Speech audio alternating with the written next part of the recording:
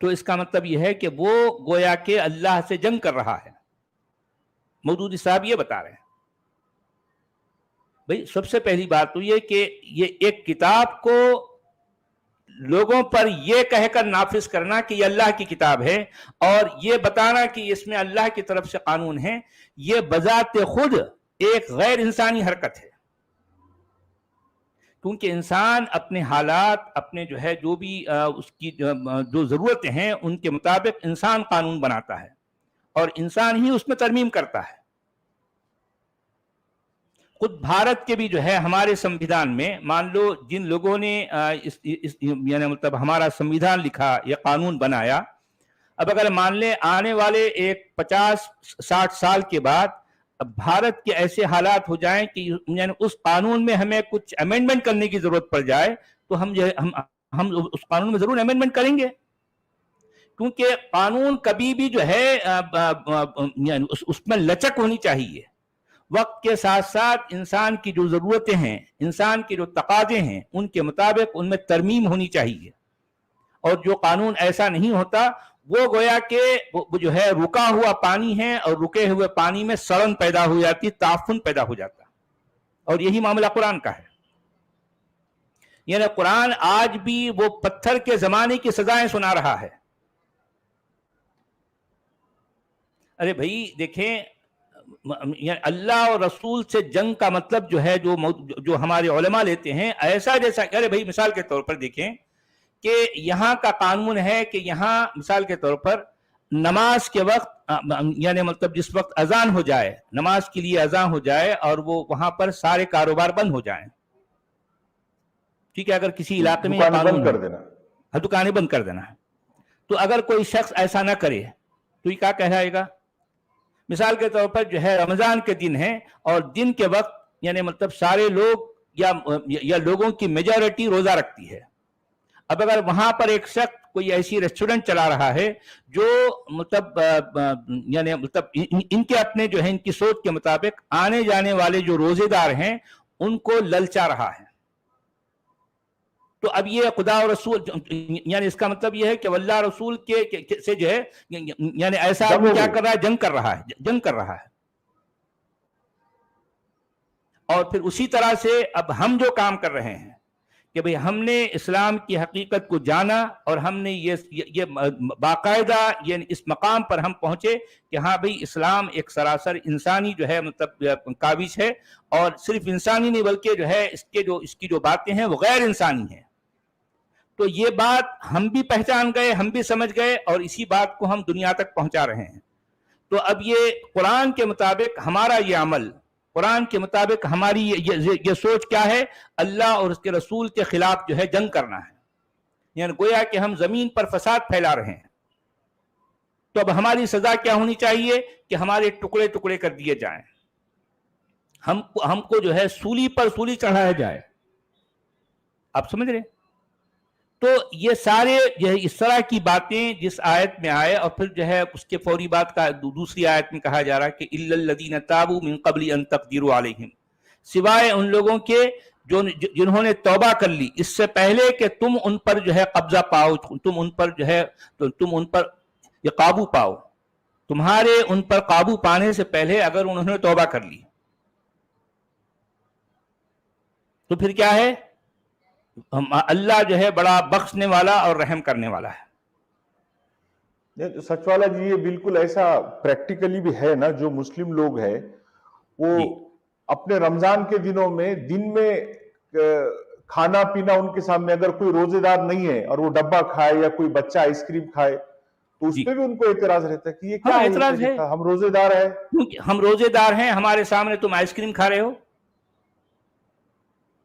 ہم روزے دار ہیں، تم ہمارے سامنے یعنی کوئی گرم گرم پکوڑے کوئی لے کے آیا اور وہ یا پھر اس کے ساتھ تم شربت پی رہے ہو.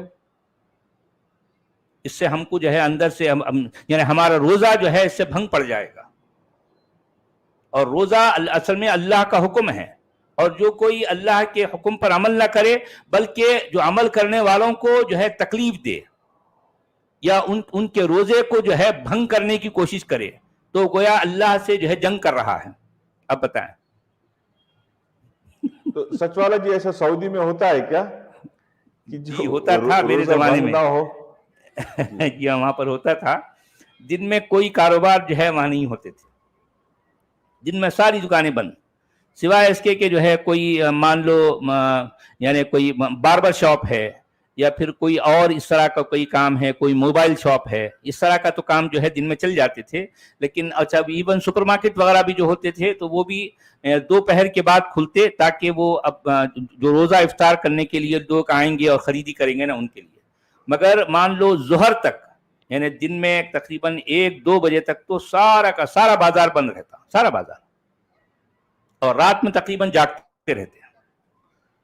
نہیں اس یعنی درمیان گویا اگر کوئی کہ کھاتا یہ ہوا مل رمضان کا جائے. مہینہ، جی ہاں دیکھیے گویا کہ رمضان کا مہینہ یہ مسلمان ملکوں میں کیسا ہو جاتا ہے، دن سارا سونے کے لیے ہوتا ہے اور رات ساری جو ہے کام کے لیے ہو جاتی ہے. یہ معاملہ ہے کیونکہ دن میں جو ہے آپ دن میں تو کھانا نہیں کھاتے، آپ جو ہے سو کا ٹائم نکال رہے ہو، اور رات میں چونکہ ہم ٹائم ٹو ٹائم کچھ نہ کچھ کھاتے رہتے ہیں مسلمان بھائی، تو اب چونکہ کھاتے رہتے ہیں وہ جاگتے رہتے ہیں، وہ جو ہے کھاتے بھی رہتے جاگتے. اس کا مطلب یہ ہے کہ پورا معاملہ تلپٹ ہو جاتا. یعنی روزہ کل ملا کر جیسی کچھ کیفیت ہے، اس کیفیت کو ہم کہتے ہیں کہ یہ سراسر غیر فطری معاملہ ہے، ان نیچرل ہے. یعنی فطرت نے دن کو بنایا ہے کہ تاکہ ہم حرکت کریں، اور رات کو اس لیے بنایا ہے کہ تاکہ ہم آرام کریں. لیکن روزہ وہ غیر فطری عمل ہے کہ جس کی وجہ سے انسان مجبور ہے کہ دن میں سو جائے اور رات میں کام کرے. کیا کریں؟ کیا کریں؟ جی ہمارے ارتھمیٹک آف لائف کہہ رہے ہیں کہ دس از کلیکٹیو میڈنس. جی ہاں سر بالکل آپ نے صحیح کہا، کلیکٹیو میڈنس ہے، بالکل آپ صحیح فرما رہے ہیں، ایسے ہی ہے. کیا کریں؟ جی ہندی میں کیا کہہ رہے ہیں بھائی؟ ہاں یہ ہندی ہو گیا نا سر، کشماشیل اور دیاوان ہندی ہو گیا. اچھا ٹھیک ہے، یہ جو ہے اس کے پاس 5 کی 35 میں کہا جا رہا ہے یا ایھا الذین آمنوا اتقوا اللہ وابتغوا الیہ الوسیلہ فی سبیلہ لعلکم تفلحون. اے ایمان والو اللہ سے ڈرو اور اس کی جناب میں باریابی کا ذریعہ تلاش کرو اور اس کی راہ میں جد و جہد کرو، شاید کہ تمہیں کامیابی نصیب ہو جائے. اچھا یہ شاید کی کیوں آتا ہے یار؟ یقینی بات کیوں نہیں ہے؟ ڈاؤٹ فل ہے، ہاں ڈیفینیٹ بات نہیں ہے. اچھا اب آپ دیکھیے اس میں فٹ نوٹ میں لکھ رہے ہیں یعنی ہر اس ذریعے کے طالب اور جویاں رہو جس سے تم اللہ کا تقرب حاصل کر سکو اور اس کی رضا کو پہنچ سکو. یعنی ہمیشہ اس کوشش میں رہنا کہ کسی نہ کسی اپنے ہر کام سے اللہ کی رضا یعنی اللہ کو خوش کرنا ہے، گویا کہ اس کی چاپلوسی کرنا ہے. ایک آدمی کیا کرتا ہے، کسی سردار کا غلام ہوتا ہے، اس کا چاپلوس ہوتا ہے. اب اٹھتے بیٹھتے اس کی ساری کوشش یہ ہوتی ہے کہ جو ہے کس طرح سے اس کا جو آقا ہے، اس کا جو ہے سردار ہے، جو مالک ہے، وہ خوش ہو جائے. چلتے پھرتے جو ہے اس کی خوشنودی جو ہے دیکھتے رہتا، اس کی چاپلوسی کرتے رہتا. مطلب یہ ہے کہ ہم سے یہ کہا جا رہا ہے کہ تم بھی ایسا کرو. اچھا یہاں فٹ نوٹ نمبر 2 میں لکھ رہے ہیں سچ والا اصل جی میں یہ اوپر لفظ جہاد آیا، اوپر جی جہاد آیا کیا جو انہوں نے جد و جہد کر دی اس کو؟ ہاں جہاد کا لفظ ہے، جہاد وہ جو ہے اس کے فٹ نوٹ میں لکھ رہے ہیں وجاہدوا فی سبیلہ، یعنی اس کے راستے میں جہاد کرو، اصل مطلب ہے اس کے راستے میں جہاد کرو.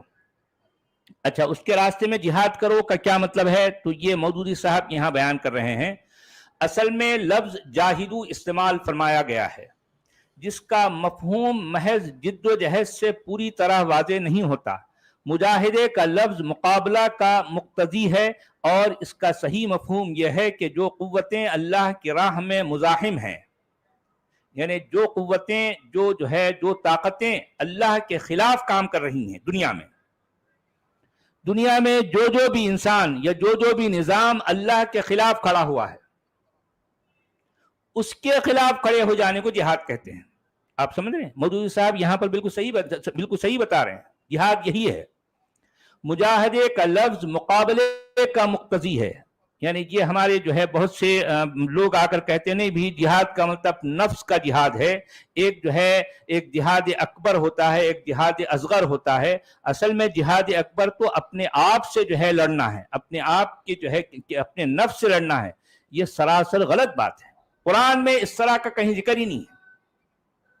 قرآن میں جہاں بھی جہاد فی سبیل اللہ کا لفظ آیا ہے وہ اصل میں جاہدو فی سبیل اللہ، اللہ کے راستے میں یعنی اس میں مجاہدہ کرو۔ تو اس کا مطلب یہ ہے کہ ایک آدمی ایک کام کر رہا ہے تو ایک آدمی اس کے خلاف کوئی کام کر رہا ہے، یعنی مقابلے کی کیفیت ہے اس میں۔ یعنی مطلب یہ ہے کہ یہاں دنیا میں کوئی ایسی طاقتیں ہیں، دنیا میں کوئی ایسی قوتیں ہیں جو اللہ کے نظام کے خلاف ہیں۔ مثال کے طور پر اب جو ہے چھوٹی سی ایک میں ایگزامپل دوں گا کہ جس کو ہم سیکولرزم کہتے ہیں۔